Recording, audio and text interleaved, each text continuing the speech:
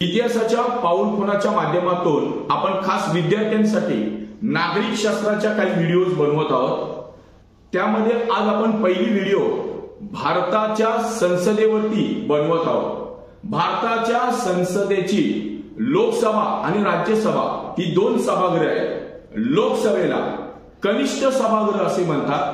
यातील सदस्य हे जनतेकडून थेट निवडून आलेले असतात आणि त्यांची सदस्यांची संख्या 552 अशी तरतूद केलेली आहे। तर घटनेचे जे दुसरे सभागृह आहे त्याला राज्यसभा असे म्हणतात। यांच्या सदस्यांची संख्या 238 अधिक 12 अशी आहे। यातील 12 सदस्य हे राष्ट्रपती, कला, साहित्य, समाजसेवक, संशोधक यांच्यातून नियुक्त केले जातात। राज्यसभेतील सदस्य हे अप्रत्यक्षरित्या आलेले असतात। जय हिंद।